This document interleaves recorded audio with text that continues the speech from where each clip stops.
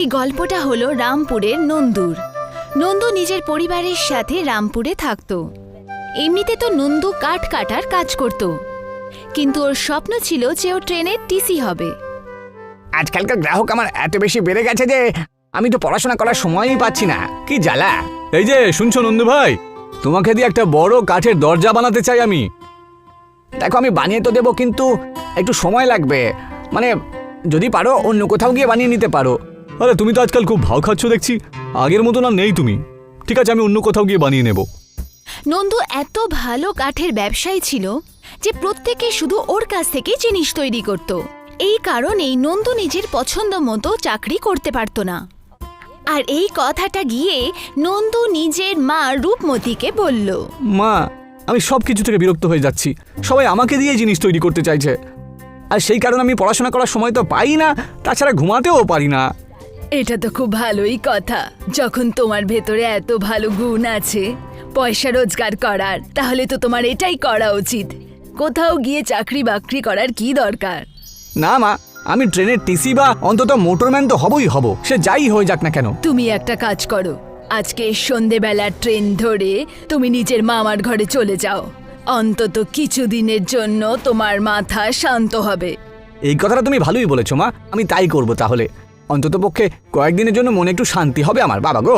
নন্দু নিজের জিনিসপত্র গুছিয়ে রেলওয়ে স্টেশনের দিকে এগিয়ে গেল আর ট্রেন আসার অপেক্ষা করতে লাগলো। ট্রেন আসতে এত দেরি হচ্ছে কেন? কি যে করি আমি এতক্ষণ, কত আর বসে বসে আরাম করব। আর এর মধ্যেই ওখানে একজন মহিলা এলেন আর নন্দুকে বলল, আরে নন্দু, তুমি এখানে কি করছো? কে? আমি আপনাকে চিনতে পারলাম না তো। কয়েক বছর আগে তুমি আমার ঘরে দরজা বানিয়েছিলে। ওই দরজা এত মজবুত ছিল যে এখনো অবধি একই রকম আছে। আগে ধন্যবাদ, কিন্তু আপনি কি বাইরে কোথাও ঘুরতে যাচ্ছেন? ব্যাপারটা কি বলুন তো। আমি কোথাও ঘুরতে যাচ্ছি না। তুমি শুনতে পেলে না?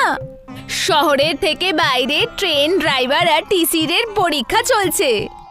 এই কথাটা আমিও খবরের কাগজে পড়েছি। আচ্ছা, এতে কি আমি অংশগ্রহণ করতে পারি? এই পরীক্ষায় সব পড়ালেখা জানা গ্র্যাজুয়েট নিজের সিলেকশন চায়, কিন্তু ওখানে তোমার মতন কাঠকাটুরির কি কাজ? তুমি অন্য কোথাও গিয়ে কারোর দরজা আর কাবার্ড বানাও। নন্দুর ওই মহিলার কথায় খুব রেগে যায় আর ও মামার কাছে না গিয়ে চাকরি পাওয়ার জন্য ওই মহিলার পিছু করে। কত ট্রেন রয়েছে এখানে, কিন্তু সবই অকেজো। কিন্তু এখানে হচ্ছেটা কি? আর তখনই নন্দুর চোখ ওখানকার সরকারি কর্মচারীদের ওপর পড়ে। সব যুবক আর যুবতীরা যেই চাকরি খোঁজার জন্য এসেছিল তারা ওকে বলে, এই ট্রেনগুলো ইংরেজদের জমানা থেকে এখানে পড়ে রয়েছে, বুঝেছো? যে ট্রেনগুলো সদ্ব্যবহার করতে পারবে তাকেই আমরা চাকরি দেব। তাহলে তো আমার চাকরি পাকা। সরকারি কর্মচারী ওইটুকু বলে ওখান থেকে চলে গেল। তখন নন্দু ওই মহিলার কাছে গেল। আচ্ছা, ট্রেনের এই সরকারি চাকরি পাওয়ার জন্য আমিও কি এতে অংশ নিতে পারি? তুমি এখানেও চলে এসছো? আরে এটা কি কোনো পুতুলের খেলা নাকি যে তুমি করে নেবে? ওই মহিলাটি সবার সামনে নন্দুর মজা ওড়ালো।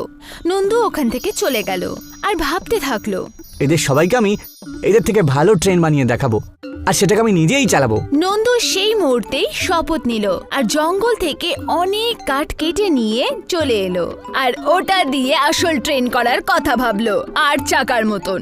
নন্দু সারাদিন পরিশ্রম করে ট্রেনের আকারের একটা নকল কাঠের ট্রেন বানালো, যেটা একদম ট্রেনের মতোই দেখতে ছিল। পুরো গ্রামে এই কথাটা ছড়িয়ে গেল। নন্দুর কাঠের তৈরি এই ট্রেনের ব্যাপারে সবাই জেনে গেল। এইটাকে আমি বানিয়ে ফেলেছি, এখন এবার এটাকে শুধু বাইরে বের করতে হবে। যদি ট্রেনটা ভালো চলে তাহলে সমস্ত গ্রামবাসীদেরকে আমি এই ট্রেনের সাহায্যে সমস্ত জায়গায় ঘোরাতে পারবো। এর মধ্যে শুধু একটা ইঞ্জিন লাগাতে হবে, তাহলেই আমার কাজটা হয়ে যাবে। নন্দু প্রত্যেক জায়গায় গিয়ে ইঞ্জিন খুঁজতে লাগলো। দাদা, তোমার কাছে ট্রেনের বা কোনো পুরনো ইঞ্জিন আছে কি, একটু বলবে? ট্রেনের ইঞ্জিন? তুমি আবার পাগল নাকি? এখানে ট্রেনের ইঞ্জিন কোত্থেকে পাবে? বলো বলো। ব্যাপারটা হলো গিয়ে আমি একটা কাঠের ট্রেন তৈরি করেছি, তাতে লাগানোর জন্য যদি তোমার কাছে একটা ইঞ্জিন থাকে তাহলে আমাকে দেবে কি একটু? কাঠের ট্রেন? হ্যাঁ হ্যাঁ, আমিও তো শুনেছি যে একজন পাগল কাঠের ট্রেন তৈরি করছে। সেই পাগল তুমি? হ্যাঁ হ্যাঁ আমি। যখন আমার কাঠের ট্রেন চলবে না তখন তুমি জানতে পারবে। দেখো, আমার কাছে কোনো ইঞ্জিন টিঞ্জিন নেই, তবে একটু দূরে দেখো অনেকগুলো পুকুর রয়েছে, বুঝেছো? ওখানে হয়তো তুমি অনেক ইঞ্জিন পেয়ে যেতেই পারো। যে গাড়িগুলো ওই পুকুরে ডুবে যায় না, তার ইঞ্জিন কেউ ব্যবহার করে না। তুমি গিয়ে ওখানে দেখো, যাও। নন্দু সেই দোকানদারের কথা শুনে ওই জলাশয়ের কাছে যায় আর জলাশয়ও দেখতে পায় অনেক ভাঙাচোরা গাড়ি পড়ে আছে। আর ওই গাড়িগুলোর মধ্যে থেকে একটা গাড়ির ইঞ্জিনও তুলে নেয় আর ওখান থেকে চলে যেতে থাকে। কিন্তু এর মধ্যেই ওই ইঞ্জিন থেকে একটা আত্মা বেরিয়ে আসে। তুমি আমাকে এই পুকুর থেকে তুলে আমাকে মুক্ত করেছো, তোমাকে অসংখ্য ধন্যবাদ। নন্দু ওই আত্মাকে দেখে ভয় পেয়ে যায় আর ব্যাস ইঞ্জিন নিয়ে ওখান থেকে পালিয়ে যাওয়ার চেষ্টা করে। দাঁড়াও, ভয় পেও না, তুমি আমাকে সাহায্য করেছো, আমি তোমার কোনো ক্ষতি করব না। চাও তুমি আমার কাছ থেকে কি চাইবে বলো? সত্যি আমি শুধু এই ইঞ্জিনটাই চাই, আর কিছু লাগবে না। আমাকে কিছু করো না, আমার কেউ নেই গো। যাও, তুমি এই ইঞ্জিনটা নিয়ে যাও। তুমি যে গাড়িতেই এই ইঞ্জিনটা সেট করবে, আমার চমৎকারী শক্তির সাহায্যে 1 মিনিটের মধ্যেই গাড়িটা গন্তব্যে পৌঁছে যাবে। এইটুকু বলেই ওই আত্মা ওখান থেকে অদৃশ্য হয়ে যায়। নন্দু ওই ইঞ্জিনটাকে নিয়ে নিজের ঘরে চলে যায় আর গিয়ে ওই নিজের কাঠের ট্রেনের ইঞ্জিনটা লাগিয়ে দেয়। আর ওই ইঞ্জিন লাগাতেই ওই কাঠের ট্রেন চমকাতে শুরু করে। মনে হচ্ছিল যেন কিছু জাদু হয়ে গেছে। নন্দুর কাঠের ট্রেন এখন জাদুর কাঠের ট্রেন হয়ে গেছিল। এটা একবার চালিয়ে দেখি। জয় শ্রীরাম। আজকে আমার প্রথম দিন, এর মধ্যে যাত্রী বসিয়ে এটা একটা বড় ট্রেন তৈরি করব আমি। নন্দুর কাঠের তৈরি ট্রেন চলতে শুরু করলো। অনেক মানুষকে ও 1 মিনিটের মধ্যে তাদের ঘরে পৌঁছে দিত। আমার মা হাসপাতালে অ্যাডমিট আছে, আপনি কি আমাকে ওখানে পৌঁছে দিতে পারেন? আপনার ট্রেনের ব্যাপারে আমি অনেক কথা শুনেছি, আপনি যদি আমাকে ওখানে পৌঁছে দেন তাহলে অশেষ কৃপা হবে আমার। এসো না, যাত্রীদের নিয়ে যাওয়া আর নিয়ে আসা, এটাই তো হলো আমাদের কাজ। এসো এসো। ওই ছেলেটিকে জাদুর কাঠের ট্রেনের সাহায্যে নন্দু খুব তাড়াতাড়ি হসপিটালে ছেড়ে দিল। ধন্যবাদ নন্দু ভাই, তোর এই উপকার আমি কখনো ভুলবো না রে। এইরম ভাবেই নন্দুর খুব নাম হয়ে গেল। কাঠের তৈরি ট্রেনের ওপরে সবাই খুব খুশি ছিল। এই কথা সীমা জানতে পারল। তখন সীমা ওর বিরুদ্ধে ষড়যন্ত্র করার চেষ্টা শুরু করলো। এই নন্দুর বাচ্চার কিছু তো একটা করতেই হবে। এই সব কিছুই ইঞ্জিনের জন্যই হয়েছে। আমি ওই ইঞ্জিনই কাঠের তৈরি ট্রেন থেকে চুরি করে নেব। সাপও মরবে আর লাঠিও ভাঙ। আর সীমা ঠিক তাই করলো। ওই ইঞ্জিনটাকে চুরি করতে ও নন্দুর ঘরের কাছে চলে গেল। ওখানে গিয়ে ও দেখলো যে কাঠের তৈরি ট্রেন দাঁড়িয়েছিল।